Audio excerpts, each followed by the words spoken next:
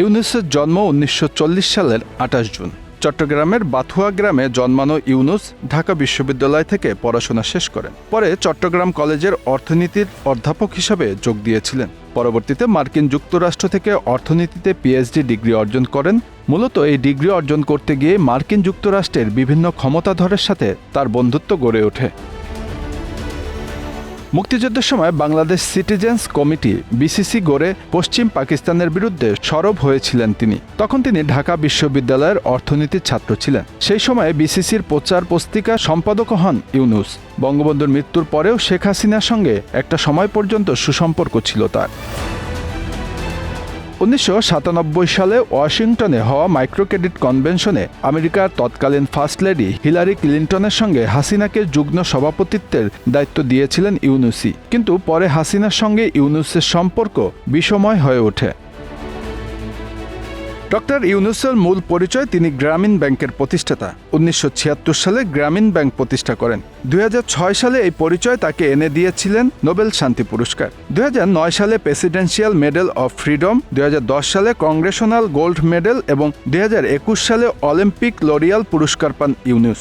এর আগে সাবেক রাষ্ট্রপতি হুসেইন মোহাম্মদ এরশাদের শাসনামলে ১৯০০ সর্বোচ্চ বেসামরিক সম্মাননা পদক, স্বাধীনতা পুরস্কারও গ্রহণ করেন।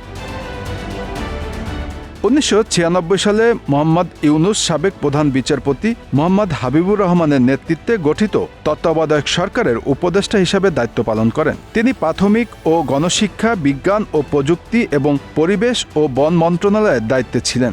তৎকালীন বিরোধী দল আওয়ামী লীগের আন্দোলনের মুখে তত্ত্বাবধায়ক সরকার পদ্ধতি সংবিধানে যুক্ত করা হয়। একটা সময়ে প্রত্যক্ষ রাজনীতিতে আসতে চেয়েছিলেন নোবেলজয়ী ডক্টর মোহাম্মদ ইউনুস। নাগরিক শক্তি নামে একটি রাজনৈতিক দল গঠনেরও উদ্যোগ নিয়েছিলেন। ২০০৭ সালে 1-11 সরকারের আমলে এই দলটির পরিকল্পনা করেছিলেন। বাংলাদেশ এগিয়ে চলো ছিল তার দলের মূল প্রতিপাদ্য। ২০০৮ সালের সংসদ নির্বাচনে তার দল ৩০০টি আসনে প্রতিদ্বন্দ্বিতা করার ইচ্ছা করেছিলেন, কিন্তু অল্প কিছুদিনের মধ্যেই তার উদ্যোগ বাতিল করে দেন। ওই সময় সাবেক প্রধানমন্ত্রী খালেদা জিয়া ও শেখ হাসিনা সহ বেশিরভাগ শীর্ষ রাজনীতিবিদ দুর্নীতির অভিযোগে কারাবন্দী ছিলেন এবং সে সময় দেশে জরুরি অবস্থা জারি করা হয়েছিল। মূলত এরপর থেকেই শেখ হাসিনার সঙ্গে সাপে নেউলের সম্পর্ক তৈরি হয় ডক্টর ইউনুসের, যদিও শেখ মুজিবুর রহমানের ভক্ত ছিলেন ডক্টর ইউনুস। গত ৫ আগস্ট শেখ হাসিনা ইস্তফা এবং দেশত্যাগের পরে তিনিই প্রধানমন্ত্রী পদমর্যাদায় তত্ত্বাবধায়ক সরকারের প্রধান উপদেষ্টা মনোনীত হয়েছেন। কিন্তু হাসিনা চক্ষুশূল হয়ে ওঠার পর জীবন অতটা আরামদায়ক ছিল না ডক্টর ইউনুসের। ইউনুস এবং তার টেলিকমিউনিকেশন কোম্পানি গ্রামীণ টেলিকমের আরও ৩ কর্তাকে বাংলাদেশ শ্রম আইন লঙ্ঘনের দায়ে ৬ মাসের কারাদণ্ড দেওয়া হয়। অর্থ নয়ছয়ের অভিযোগে ২০০টিরও বেশি মামলা হয় তার বিরুদ্ধে।